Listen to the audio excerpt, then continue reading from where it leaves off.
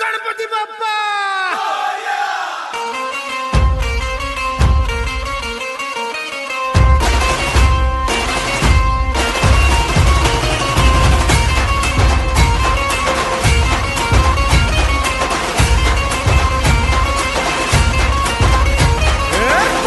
नमन करुणी वंदन इडा मांडून इडा देवाला इडा गावाला इडा पाटलाला इडा मंडळीला आम्ही सांगतो नमन तुम्ही ऐका हो गुणीजन